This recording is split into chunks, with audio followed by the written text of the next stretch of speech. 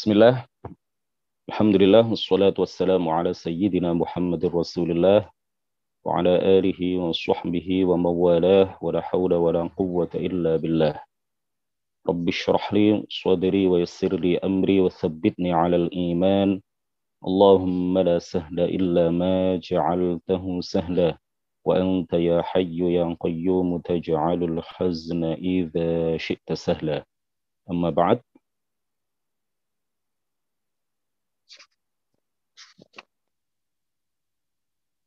Soal jawab nomor 44. Ini tinggal sedikit ya. 44, semua yang ada di kitab ini, soal jawabnya sebanyak 51. Jadi sebentar lagi kitab ini khatam. Insya Allah kita akan ganti kitab Safinatun Najah.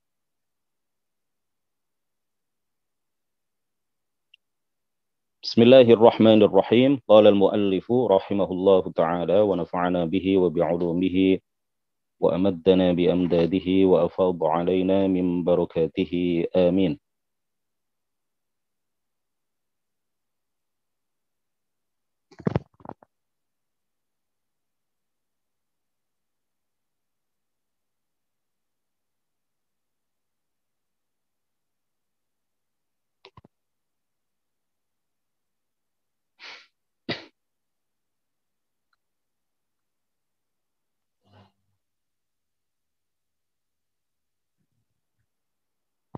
Mad dalilu ala jawazit tabarruk bil anbiya'i wal awliya.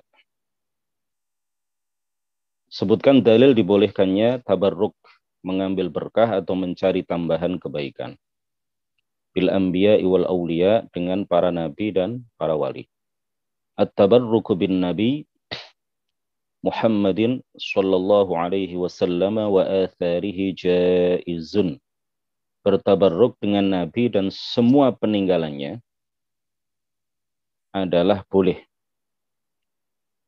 Qala ta'ala hikayatan an Yusuf alaihi salam. Allah Ta'ala berfirman mengenai ucapan Nabi Yusuf alaihi salam, idhabu biqamisi hadha fa'alquhu ala wajhi abi ya'ti basira. Pergilah kamu dengan membawa gamisku ini, lalu letakkanlah ke wajah ayahku, nanti ia akan melihat kembali. Quran surat Yusuf ayat 93. Al-hadith, Ar-Rasulu sallallahu alaihi wasallam qasama sya'arahu wa wazza'ahu bainan nasi liyatabarraku bihi. Al-Bukhari wa Muslim. Rawahul Bukhari wa Muslim. Dalam hadis disebutkan Rasulullah sallallahu alaihi wasallam membagi-bagikan rambutnya kepada orang-orang supaya mereka bertabarruk dengannya. Hadis riwayat Al-Bukhari dan Muslim.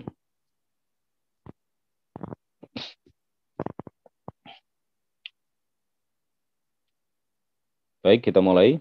Ini materi yang sudah sangat sering kita ulas, tetapi fil i'adah ifadah. Kalau kita mengulang-ulang materi yang sudah pernah kita pelajari, maka kita akan mendapatkan faidah-faidah, mungkin faidah-faidah tambahan ya, yang belum pernah kita terima, yang belum pernah kita dengar pada pertemuan-pertemuan sebelumnya yang membahas materi yang sama. Tabarruk, para peserta kajian yang mudah-mudahan dirahmati oleh Allah Subhanahu wa taala, berasal dari kata al-barakah. At-tabarruk itu berasal dari kata al-barakah. Al-barakah artinya adalah az-ziyadatu wan nama'u fil khair. Az-ziyadatu wan nama'u fil khair. Tambahan kebaikan. Tambahan dan perkembangan dalam kebaikan. Jadi at-tabarruk itu artinya adalah talabul barakah minallah, atau talabu ziyadatil khairi minallahi subhanahu wa ta'ala. Meminta barokah kepada Allah. Tabarruk itu artinya meminta barokah kepada Allah. Artinya meminta tambahan kebaikan kepada Allah Subhanahu wa taala. Barokah itu bisa kita dapatkan melalui berbagai aktivitas yang baik, termasuk ngaji ilmu agama seperti ini. Mudah-mudahan dengan sebab kita ngaji ilmu agama, maka kita mendapatkan barokah dari Allah, tambahan kebaikan dari Allah Subhanahu wa taala. Hidup kita semakin barokah, itu artinya hidup kita semakin bermanfaat bagi orang banyak, hidup kita semakin baik, hidup kita semakin dekat kepada Allah Subhanahu wa taala. Barokah dalam harta itu artinya harta yang kita punya itu bisa kita manfaatkan untuk hal-hal yang dianjurkan dan diperintahkan oleh syariat. Kita gunakan untuk sedekah. Ya, sedikit kita sering mendengar ungkapan sedikit tapi barokah. Itu artinya sedikit tetapi harta yang kita punya itu cukup untuk mencukupi kebutuhan-kebutuhan kita sehari-hari. Anak-anak kita dijadikan oleh Allah sebagai anak-anak yang mubarakun, anak-anak yang mendapatkan tambahan kebaikan, anak-anak yang mendapatkan barokah dari Allah Subhanahu wa taala. Artinya anak-anak kita nurut kepada kita, taat kepada Allah, taat kepada Rasulullah, taat kepada apa yang digariskan oleh syariat, membanggakan kita, bermanfaat untuk umat. Ya, ilmu kita barokah artinya ilmu yang kita pelajari ini bisa bermanfaat bagi orang banyak. Ilmu yang kita pelajari mampu kita amalkan. Ilmu yang kita pelajari dapat kita ajarkan kepada seluas-luasnya masyarakat. Itu berarti ilmu kita barokah. Nah, sekali lagi, barokah itu berasal dari kata tabarruk, berasal dari kata al-barokah. Berarti at-tabarruk itu artinya adalah talabu al-barakati minallah atau talabu ziyadatil khairi minallahi subhanahu wa ta'ala. Meminta tambahan kebaikan bukan kepada selain Allah, tetapi hanya kepada Allah Subhanahu wa ta'ala, dan bisa kita dapatkan barokah itu melalui berbagai kegiatan. Di antaranya adalah yang disebutkan di sini. At-tabarruku bil anbiya'i wal awliya. Tabarruk, meminta tambahan kebaikan kepada Allah Subhanahu wa ta'ala dengan wasilah atau melalui para nabi atau para wali. Ziarah ke makam seorang wali, niatnya apa? Tawassul tabarruk. Jadi tawassul tabarruk itu menurut para ulama substansinya sama. Ini pernah kami sampaikan beberapa pertemuan yang lalu. Tawassul dan tabarruk itu substansinya sama. Sama-sama meminta tambahan kebaikan kepada Allah melalui seorang nabi atau seorang wali atau orang-orang soleh lainnya. Kalau kita tawassul, itu artinya kita berdoa kepada Allah Subhanahu wa ta'ala agar Allah mengabulkan hajat kita, agar Allah memberikan barokah kepada kita, agar ilmu kita barokah, harta kita barokah, umur kita barokah. Misalkan ya, melalui perantaraan nabi, melalui perantaraan wali, melalui perantaraan orang soleh. Begitu juga tabarruk. Tabarruk itu meminta tambahan kebaikan, meminta barokah kepada Allah Subhanahu wa ta'ala melalui wasilah. Ya, kalau kita tabarruk dengan anbiya, tabarruk dengan aulia, itu artinya kita meminta tambahan kebaikan kepada Allah melalui wasilah atau dengan wasilah seorang nabi atau seorang wali. Hakikat tawassul dan tabarruk itu seperti itu. Jadi tidak ada alasan untuk mengafirkan orang yang bertabarruk. Tidak ada alasan untuk mengafirkan orang yang bertawassul. Karena substansinya, hakikatnya, bertawassul, bertabarruk, itu yang diminta tiada lain adalah Allah Subhanahu wa ta'ala. Yang diminta yaitu bukan wali, bukan selain Allah. Kita meminta kepada Allah agar Allah menciptakan barokah pada diri kita, agar Allah menciptakan barokah pada harta kita. Ya, itu tujuan dari tabarruk. Tawassul itu juga begitu. Meminta kepada Allah agar Allah menciptakan terkabulnya doa bagi kita dengan sebab kemuliaan seorang wali. Dengan sebab, dengan wasilah, dengan perantara kemuliaan seorang nabi. Dan ini adalah amalan, amaliyah yang tidak hanya diajarkan oleh para ulama, yang tidak hanya dikatakan saja oleh para ulama, tetapi juga dipraktekkan, diamalkan menjadi sebuah amaliyah yang dilakukan oleh para ulama, bukan hanya orang-orang awam, oleh para ulama dari generasi ke generasi berikutnya. Dari satu masa ke masa berikutnya, sampai masa kita sekarang. Tabarruk, tawassul, tawajjuh, tajawuh, ya, tasyafu' kepada Allah dengan wali, dengan nabi, ini sudah menjadi sesuatu yang sangat mentradisi di kalangan umat Islam, tidak hanya generasi-generasi sekarang, tetapi juga sejak generasi-generasi awal. Bahkan tawassul itu langsung diajarkan oleh baginda Rasulullah Shallallahu Alaihi Wasallam. Begitu juga tabarruk yang saat ini kita bahas. Ini tidak hanya dipahami oleh para ulama dari ayat atau dari hadis secara isyarat, ya, tetapi ini langsung diajarkan oleh Rasulullah Shallallahu Alaihi Wasallam, dipraktekkan langsung oleh beliau. Kemudian ini juga diajarkan oleh para nabi sebelum Nabi Muhammad dan dipraktekkan oleh mereka. Di antara dalil, sebelum kita ke dalil, mungkin perlu kita jelaskan dulu. Tadi ada perkataan muallif at-tabarruku bin Nabi Muhammadin sallallahu alaihi wasallam wa atharihi jaizun. Tabarruk dengan Nabi Muhammad dan asarnya, asar-asarnya. Asar itu jamak dari asar. Itu boleh, ya. Tabarruk dengan Nabi dan seluruh asarnya itu boleh. Yang dimaksud asar itu apa? Biasa kita terjemahkan peninggalan-peninggalan Nabi. Nah, ini kadang-kadang ada yang masih bertanya-tanya, yang dimaksud peninggalan Nabi itu apa? Sebenarnya penerjemahan asar dengan peninggalan ini tidak 100% mewakili, ya. Ya, tetapi tidak ada padanan kata yang lain. Terpaksa asar itu kita terjemahkan peninggalan Nabi. Bukan tidak mewakili, tapi mungkin akan disalahpahami oleh sebagian orang kalau tidak disertai dengan penjelasan. Jadi yang dimaksud asar, kita bertabarruk dengan asar Nabi. Yang dimaksud asar itu apa? Asar itu maksudnya adalah tubuh Nabi, ya, badan Nabi.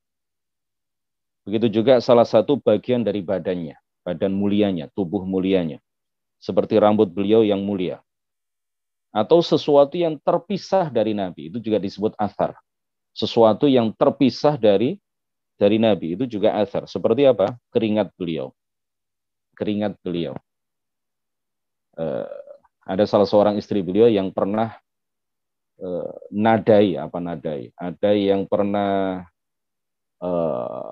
ketika Rasulullah tertidur, kemudian jatuh keringat-keringat mulia dari kening dan dahi Rasulullah, itu kemudian diambil, diwadahi di dalam sebuah wadah oleh salah seorang istri beliau. Itu juga termasuk bagian dari athar, disebut sebagai athar Nabi. Kemudian juga apapun yang disentuh oleh Rasulullah, apapun yang disentuh oleh beliau, dipakai oleh beliau, ditempati oleh beliau, ya, seperti baju beliau, jubah beliau, sandal beliau, kemudian sesuatu yang pernah disentuh oleh beliau, mimbar, tempat di mimbar Masjid Nabawi yang pernah disentuh oleh tangan mulia beliau ketika beliau berkhutbah, itu juga athar.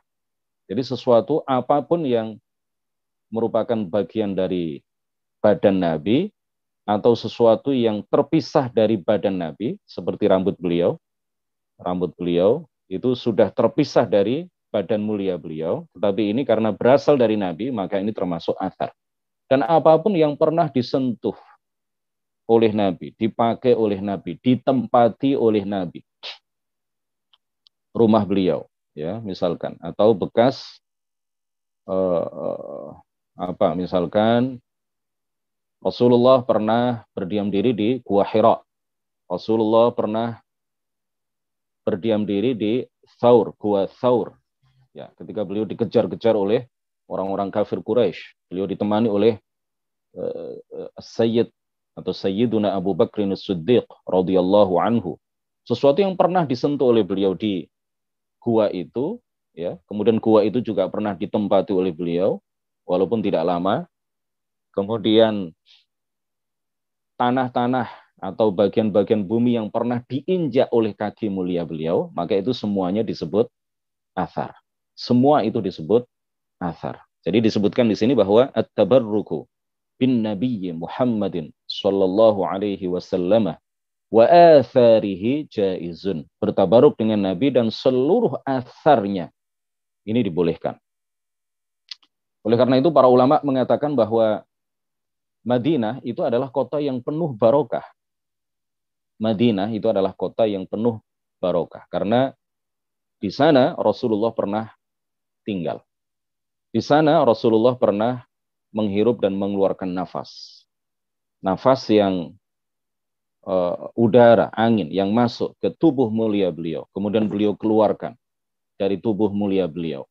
Maka ini juga angin dan udara yang ada di Madinah karena pernah bercampur dengan udara yang keluar dari tubuh mulia baginda Rasulullah Shallallahu Alaihi Wasallam, maka sampai udara dan angin di Madinah sampai saat ini juga mengandung barokah.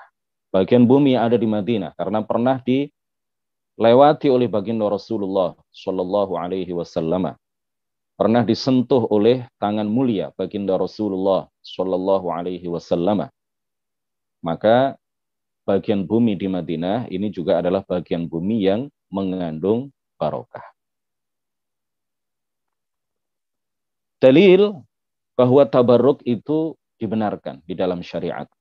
Ini tidak hanya di dalam hadis, tetapi juga ayat Al-Quran menjelaskan kepada kita bahwa tabarruk itu tidak hanya boleh, tetapi bahkan diajarkan oleh para nabi. Di antaranya adalah ayat mengenai ucapan Nabiullah Yusuf alaihissalam ketika beliau sudah menjadi penguasa di Mesir. Datang beberapa orang saudaranya yang satu ayah tetapi beda ibu yang pernah mencelakakan beliau, yang pernah berbuat tidak layak kepada beliau, sampai memasukkan beliau ke dalam sumur. Nabi Yusuf alaihissalam mendengar bahwa Nabiullah Ya'qub saking sedihnya, Nabiullah Ya'qub ayahanda beliau, saking sedihnya sampai-sampai Nabi Ya'qub tidak bisa melihat, ya. Bukan tidak bisa melihat dari bayi sejak lahir, tidak ya, tetapi karena kesedihan yang begitu mendalam, kemudian menangis secara bertubi-tubi dalam waktu yang panjang, itu sampai-sampai ketika beliau berpisah dengan Nabiullah Yusuf alaihissalam dan menganggap bahwa Yusuf sudah mati, beliau kemudian tidak bisa melihat. Nah, ketika Nabiullah Yusuf alaihissalam mengetahui bahwa ada saudara-saudaranya yang telah berbuat tidak layak kepada beliau, itu datang ke istana beliau di Mesir, dan mereka tidak menyadari bahwa yang ada di hadapan beliau, yang ada di hadapan mereka adalah saudara mereka yang pernah mereka celakakan. Ya, yaitu Nabiullah Yusuf alaihissalam. Nabi Yusuf kemudian mengatakan apa? Idhabu biqamisi hadza fa'alquhu ala wajhi abi ya'ti basira. Pergilah kamu dengan membawa gamisku ini. Pergilah kalian dengan membawa gamisku ini, lalu letakkanlah ke wajah ayahku. Nanti ia akan dapat melihat kembali. Ya, Nabi Yusuf alaihissalam tidak hanya mendoakan.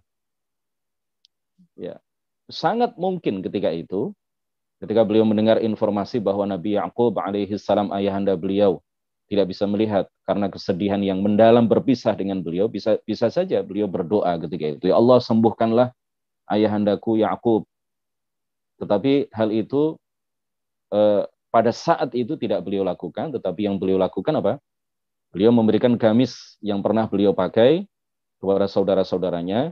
Kemudian gamis itu beliau suruh kepada saudara-saudaranya untuk menyentuhkannya di mata mulia baginda Nabi Yakub alaihi salam, diletakkan di kedua mata beliau, ya, dengan harapan beliau memohon kepada Allah dengan sebab gamis yang pernah beliau pakai, dengan barokah itu Allah akan memberikan kesembuhan kepada kedua mata Nabi Yakub alaihi salam. Dan setelah hal itu dilakukan oleh saudara-saudara Nabi Yusuf alaihi salam, gamis itu dibawa pulang, disentuhkan, diletakkan di kedua mata mulia Nabi Yakub alaihi salam. Nabi Yakub pada akhirnya bisa melihat kembali. Ini dalil dari Al-Quran. Jadi tabarruk itu diperintahkan di dalam Al-Quran. Tabarruk itu dibolehkan ya oleh ayat ini. Dalilnya sangat jelas. Idhabu biqamisi hadha fa'alquhu ala wajhi abi ya'ti basira. Quran surat Yusuf ayat 93. Kemudian tabarruk ini juga diajarkan langsung oleh baginda Rasulullah Shallallahu Alaihi Wasallam. Rasulullah pernah membagi-bagikan rambut kepada para sahabat. Kita tahu bahwa rambut itu bukan untuk dimakan, tetapi tentu karena rambut itu langsung dibagikan oleh baginda Rasulullah Shallallahu Alaihi Wasallam kepada para sahabat, maka rambut ini berarti memiliki kemuliaan, memiliki barokah, untuk diambil barokahnya oleh para sahabat. Ada sebagian rambut itu ketika beliau haji wada, ya, ketika beliau haji wada, tahallul, beliau memerintahkan tukang cukur untuk mencukur rambut beliau. Sebagian langsung dibagikan kepada para sahabat melalui tangan mulia beliau. Sebagian diberikan kepada Abu Talha, seorang sahabat Nabi yang bernama Abu Talha Al-Ansari. Diberikan kepada Abu Talha, kemudian beliau menyuruh Abu Talha untuk membagi-bagikan rambut itu kepada para sahabat. Dan sebagian lagi rambut beliau diberikan kepada Ummu Sulaim. Nah, pembagian rambut oleh Rasulullah langsung, atau melalui Abu Talha, atau beliau berikan rambut itu kepada Ummu Sulaim, ini diriwayatkan, hadis-hadisnya itu diriwayatkan oleh Al-Imam Al-Bukhari dan Al-Imam Muslim, dijamin sahihnya. Kemudian Rasulullah Shallallahu Alaihi Wasallam juga pernah membagi-bagikan kuku beliau. Beliau memotong kuku mulia beliau, lalu kuku ini dibagi-bagikan kepada para sahabat. Pembagian kuku itu diriwayatkan oleh Al-Imam Ahmad di dalam kitab Musnad, dengan para perawi yang sahih, dengan para perawi sahih, ya, seperti ditegaskan oleh Al-Hafidh Al-Haythami. Kemudian para sahabat juga pernah bertabaruk dengan jubah Nabi. Imam Muslim meriwayatkan di dalam kitab Sahih Muslim, ya, hadis-hadis tentang tabaruk ini tidak terbantahkan, karena di Bukhari, di Muslim, di Musnad Ahmad, dan di berbagai kitab para perawi hadis yang menurut penilaian para ulama hadis, hadis-hadis tersebut sahih. Di dalam kitab Sahih Muslim, Al-Imam Muslim meriwayatkan bahwa Asma binti Abi Bakar suatu ketika mengeluarkan jubah luar. Jubah luar itu maksudnya jubah kebesaran itu, ya. Jadi orang Arab itu kan kalau pakai pakaian dalam event-event resmi, dalam acara-acara resmi itu biasanya pakai baju dalam, ya, jubah biasa. Kemudian setelah itu pakai baju luar, ya, jubah luar. Ya, sampai sekarang orang Arab itu kalau di forum-forum resmi, mereka cara berpakaiannya seperti itu. Pertama mereka pakai jubah biasa. Kemudian setelah itu mereka pakai jubah luar, ya. Jubah luar itu biasanya tanpa kancing baju, ya, tanpa kancing seperti ini. Dibiarkan terbuka begitu, tetapi di dalamnya ada jubah dalam. Nah, suatu ketika di dalam Sahih Muslim, diriwayatkan oleh Imam Muslim, Asma binti Abi Bakar. Asma ini adalah saudara perempuannya Sayyidah Aisyah radhiyallahu anha. putri dari sahabat Abu Bakar As-Siddiq radhiyallahu anhu. Asma binti Abi Bakar mengeluarkan jubah luar dengan motif toilasan dan kisrawani. Ya, artinya semacam jubah kaisar yang dibuat oleh orang-orang non-Arab. Berkerah sutra yang ujung dua helainya tersambung. Asma berkata, ini adalah jubah luar Rasulullah. Semula berada di Aisyah. Ketika ia wafat, aku mengambilnya. Dahulu jubah ini pernah dipakai oleh Rasulullah. Oleh karenanya kami mencucinya agar diambil berkahnya sebagai obat bagi orang-orang yang sakit. Dalam riwayat yang lain dikatakan kami mencucinya, kami mencelupkannya di air dan air tersebut menjadi obat bagi orang yang sakit di antara kami. Kemudian para sahabat dan tabi'in bertabaruk dengan bekas tempat telapak tangan Nabi. Bekas tempat yang pernah disentuh oleh tangan Rasulullah, tangan mulia baginda Rasulullah Shallallahu Alaihi Wasallam. Dari Hanzalah bin Hidhyam. Hanzalah bin Hidhyam. Dia berkata, aku mengikuti rombongan bersama kakekku. Kemudian kakekku mengatakan kepada Rasulullah, ya Rasulullah, aku memiliki beberapa anak dan cucu laki-laki yang sudah besar dan masih kecil. Dan ini yang paling kecil di antara mereka. Ya, menunjuk siapa? Hanzalah. Kemudian Rasulullah mendekatkanku kepadanya, lalu ia mengusap kepalaku seraya berkata, Barakallahu fika. Rasulullah menyentuh kepala Hanzalah bin Hidhyam, lalu Rasulullah mengatakan kepada Hanzalah, Barakallahu fika. Semoga Allah memberkatimu. Semoga Allah memberikan dan menganugerahkan barokah kepadamu. Perawi hadis Az-Zayyal, perawi hadis dari Hanzalah, perawi hadis dari Hanzalah berkata, aku melihat Hanzalah didatangi orang yang bengkak wajahnya atau orang yang membawa kambing yang bengkak susunya. Kemudian Hanzalah sambil meletakkan tangannya pada bagian kepalanya yang diusap oleh Rasulullah, kemudian beliau berkata, Bismillahi ala maudhi'i kaffi Rasulillah. Dengan nama Allah atas tempat usapan telapak tangan Rasulullah. Jadi beliau kalau didatangi orang yang bengkak wajahnya atau kambing yang bengkak susunya, beliau kemudian meletakkan tangan beliau, Hanzalah ini meletakkan tangan beliau di kepala di mana Rasulullah pernah menyentuhnya dan mendoakan barokah kepadanya. Diletakkan tangannya, kemudian setelah itu beliau mengatakan apa? Bismillahi ala maudhi'i kaffi Rasulillah. Dengan nama Allah atas tempat usapan telapak tangan Rasulullah. Kemudian ia mengusap wajah atau susu yang bengkak tersebut hingga bengkaknya hilang. Setelah disentuhkan ke kepalanya, karena kepalanya pernah disentuh oleh tangan mulia baginda Rasulullah, lalu tangan beliau ini, tangan Hanzalah ini diletakkan di wajah orang yang bengkak. Cerita ini diriwayatkan oleh At-Tabarani di dalam Al-Mu'jamul Awsat dan juga Al-Mu'jamul Kabir, juga diriwayatkan oleh Imam Ahmad di dalam hadis yang panjang dan para perawinya thiqat, ya, terpercaya, seperti ditegaskan oleh Al-Hafidh Al-Haythami. Kemudian para tabi'in bertabaruk dengan mata yang pernah melihat Rasulullah. Para tabi'in, ya, di antaranya adalah Thabit Al-Bunani, ya, seorang wali di kalangan tabi'in. Beliau kalau ketemu Anas bin Malik, beliau mencium mata Anas. Kemudian beliau mencium tangan Anas. Thabit Al-Bunani kemudian mengatakan, dua mata inilah yang pernah melihat Rasulullah. Maka dua mata ini memiliki barokah. Karena apa? Karena pernah melihat jasad mulia baginda Rasulullah Shallallahu Alaihi Wasallam. Makanya Thabit itu kemudian apa? Mencium kedua mata Anas yang pernah melihat jasad mulia baginda Rasulullah. Kemudian beliau juga mencium tangan Anas sambil mengatakan kedua tangan inilah yang pernah menyentuh kedua tangan Rasulullah Shallallahu Alaihi Wasallam. Berarti di situ ada barokahnya karena pernah menyentuh dan disentuh oleh tangan mulia baginda Rasulullah Shallallahu Alaihi Wasallam.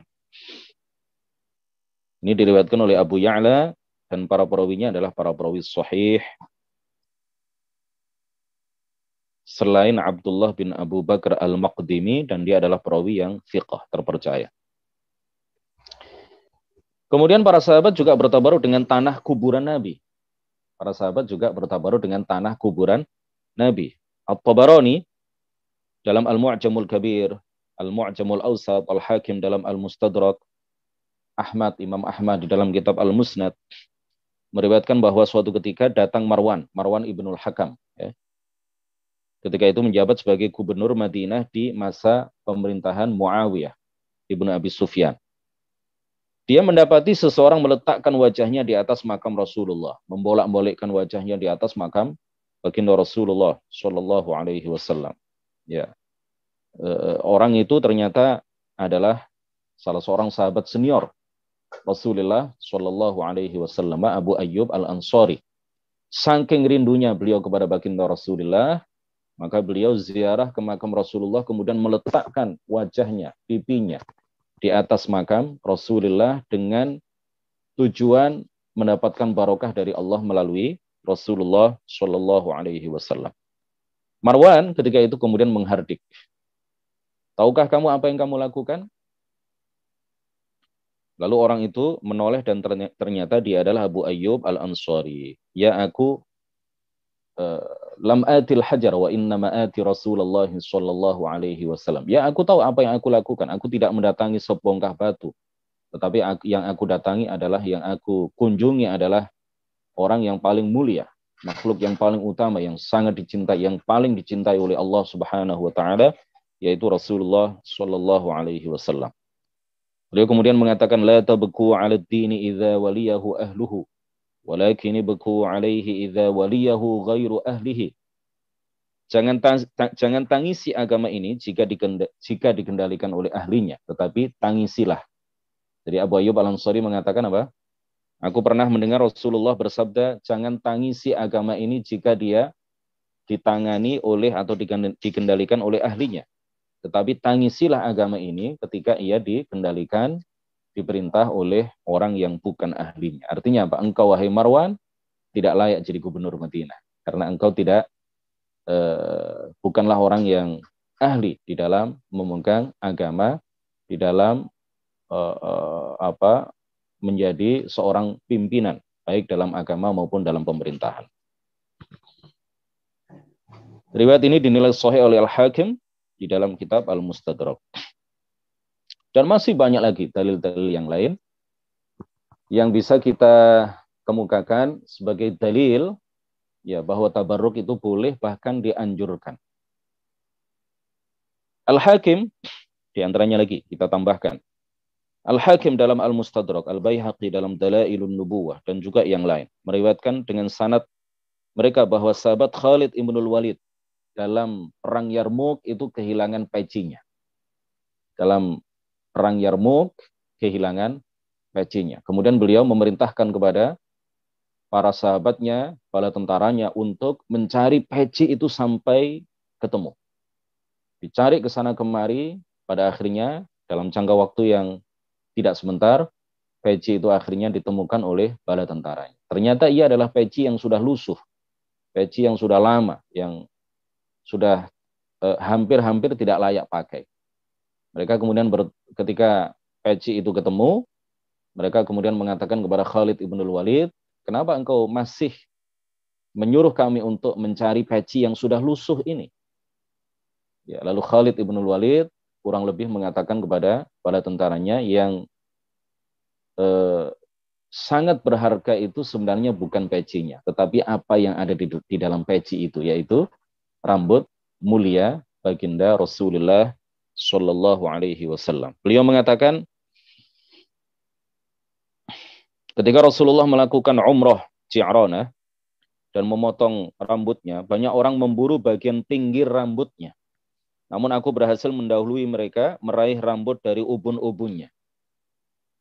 Ya, dan aku letakkan di peci ini sehingga tidak ada satu peperangan pun yang aku ikuti dan rambut itu bersamaku. Aku pakai peci yang di situ ada rambut mulia baginda Rasulullah, kecuali aku diberi kemenangan oleh Allah Subhanahu wa taala dengan barokah rambut depan, rambut ubun-ubun, rambut depan mulia baginda Rasulullah yang aku letakkan di peci itu dan aku kenakan ketika perang. Kisah ini diriwayatkan dengan sanad yang sahih. Ya. Para ulama hadis menilai bahwa sanad hadis ini sahih. Kemudian para sahabat Nabi juga bertabaruk dengan air wudhu baginda Rasulullah. Jadi bekas tetesan air wudhu baginda Rasulullah itu hampir-hampir tidak ada satu tetes pun yang jatuh ke tanah, ya, kecuali sebelum jatuh ke tanah sudah ditadai, sudah diambil oleh para sahabat dan bahkan dijadikan sesuatu yang diperebutkan oleh para sahabat. Ini menunjukkan bahwa para sahabat adalah orang-orang yang sangat semangat, ya, bahkan mereka berebut untuk bertabaruk dengan segala hal yang berkaitan dengan Rasulullah, termasuk bekas air wudhu baginda Rasulullah Shallallahu Alaihi Wasallam. Ya, ini diriwayatkan oleh Imam Al-Bukhari. Ya, mereka yang mengambil bekas air wudhu Rasulullah itu kemudian mengambilnya, kemudian mengusapkannya ke tubuh mereka. Dan orang yang tidak memperoleh bagian mengambil dari basahan tangan temannya. Tadi yang tidak kebagian itu, sini, tangan kamu yang basah yang sudah tersentuh oleh bekas air wudhu Rasulullah, itu saya sentuh. Sampai segitunya para sahabat. Ya, ini diriwayatkan oleh Imam Al-Bukhari. Kemudian para sahabat juga bertabaruk dengan bagian dari mimbar Nabi. Bagian dari mimbar Nabi. Karena mimbar Nabi ini pernah diduduki oleh baginda Rasulullah Shallallahu Alaihi Wasallam, dan bagian-bagian tertentu itu pernah disentuh oleh tangan mulia baginda Rasulullah Shallallahu Alaihi Wasallam. Hal itu diriwayatkan oleh Ibnu Abi Syaibah di dalam kitab Musannaf. Kemudian di dalam kitab Su'alat Abdullah ibn Ahmad ibn Hanbal, putra Ahmad, ia mengatakan, aku bertanya kepada ayahku tentang seseorang yang menyentuh dan mengusap bagian mimbar yang biasa dipegang oleh tangan mulia Nabi. Dia bermaksud untuk bertabarruk. Demikian juga orang yang mengusap kuburan Nabi. Maka ayahku Imam Ahmad bin Hanbal mengatakan apa? La ba'sa, tidak apa-apa. Artinya boleh. Ya. Artinya apa? Boleh. Jadi apa yang dikatakan oleh orang-orang Wahabi mengenai hal ini? Orang-orang Wahabi menisbatkan diri mereka sebagai orang-orang yang bermadzhab Hambali. Imam Ahmad mengatakan tabarruk dengan bagian dari mimbar Rasulullah Shallallahu Alaihi Wasallam karena ia pernah disentuh oleh tangan mulia beliau, karena ia pernah diduduki oleh tubuh dan jasad mulia beliau. Hal itu kata Imam Ahmad, la ba'sah, tidak apa-apa. Kemudian ada sebagian orang Wahabi yang ketika kita sodorkan hadis-hadis tentang tabarruk para sahabat kepada Nabi, mereka kemudian ketika mereka terbentur oleh hadis-hadis itu, mereka jurus terakhirnya adalah mengatakan seperti ini. Nah, hadis-hadis itu kan hanya khusus berlaku,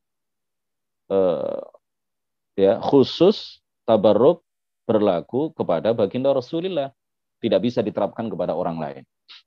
Kalau kita tabarruk dengan wali nggak boleh, karena nggak ada hadisnya. Yang boleh itu memang tabarruknya para sahabat kepada Rasulullah Shallallahu Alaihi Wasallam, boleh itu, karena memang diriwayatkan oleh Imam Bukhari dan Muslim. Nah, kalau tabarruk dengan orang soleh pada masa sekarang nggak boleh, kata orang Wahabi. Nah, apa yang kita katakan? Kita katakan bahwa para ulama tidak memahami hadis-hadis tersebut seperti apa yang kalian pahami, wahai orang-orang Wahabi. Para ulama hadis, para ulama fiqih, para ulama tafsir memahami bahwa apa yang dilakukan oleh para sahabat ketika mereka bertabaruk dengan Nabi, ini juga berlaku. Tabaruk ini dibenarkan, tabaruk ini di dalam syariat juga kepada selain Nabi. Ya, asalkan mereka adalah orang-orang yang muqtaduna bin Nabi. Ya, asalkan mereka adalah orang-orang yang mengikuti jejak Nabi, orang-orang soleh, para wali. Ya, orang-orang yang layak untuk ditabarruki, boleh kita bertabaruk dengannya. Hal itu sebagaimana yang dipahami oleh Imam Ibnu Hibban. Siapa yang tidak kenal Al-Imam Ibnu Hibban? Al-Hafidh Ibnu Hibban. Seorang perawi hadis yang sangat terkenal sekali. Beliau mengatakan di dalam Sahih Ibnu Hibban, Babu dzikri ibahati tabarruki biwudu'is shalihin min ahli al-ilmi idza kanu muttabi'ina li sunanil Mustafa sallallahu alaihi wasallam an ibni Abi Juhaifah. An abihi qala ra'aitu Rasulullah sallallahu alaihi wasallam fi qubbatin hamra'a wa ra'aitu Bilalan akhraja wudu'ahu fa ra'aitu an-nasa yabtadiruna wudu'ahu yatamassahun. Al-Imam Ibnu Hibban di dalam kitab Sahih Ibnu Hibban ya menyebutkan apa? Bab, beliau menyebutkan nama sebuah bab di kitab Sahih Ibnu Hibban. Beliau mengatakan bab menyebutkan kebolehan bertabarruk dengan bekas air wudhu orang-orang soleh dari kalangan para ulama jika mereka memang mengikuti sunnah-sunnah Nabi. Ya, bahkan sebutkan dari apa?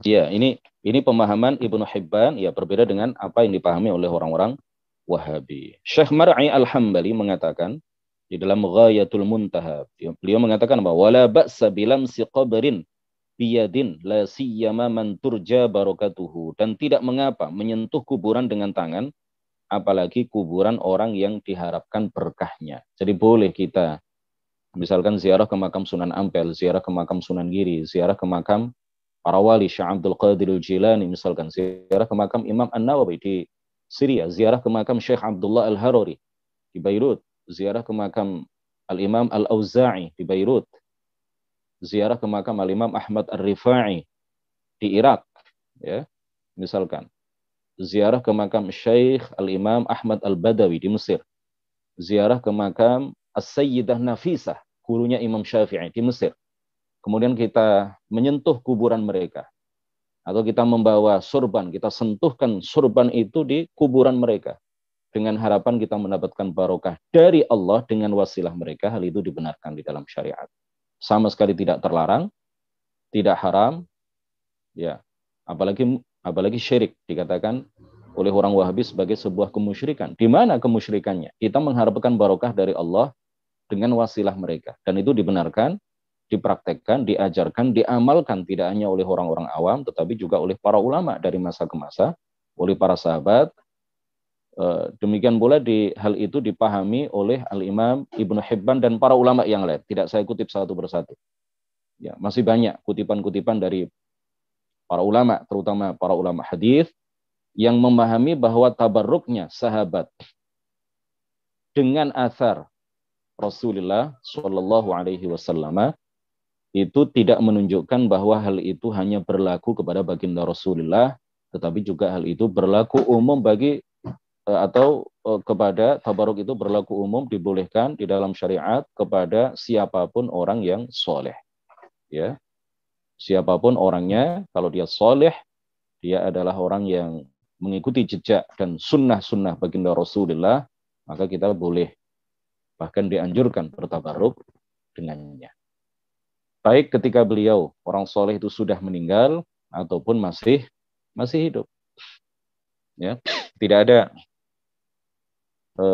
pengkhususan harus ketika masih hidup, ya, walaupun sudah meninggal maka mereka juga tetap memiliki kemuliaan menurut Allah Subhanahu wa Ta'ala. Demikian kajian kita pada pagi hari ini, mudah-mudahan bermanfaat.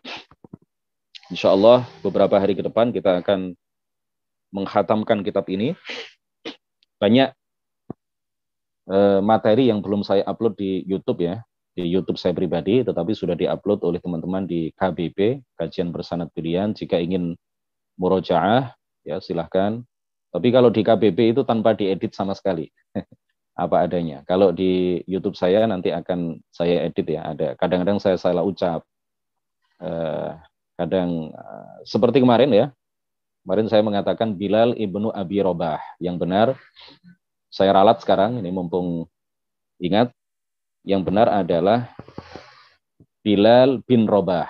Ya, kemarin saya mengatakan ketika bercerita mengenai juru adzan atau muadzin Rasulullah, saya mengatakan Bilal bin Abi Rabah. Itu salah ucap, yang benar adalah Bilal bin Rabah. Ada tokoh lain yang berasal dari kalangan tabi'in yang namanya mirip dengan Bilal bin Rabah, yaitu Imam Atha ibnu Abi Rabah.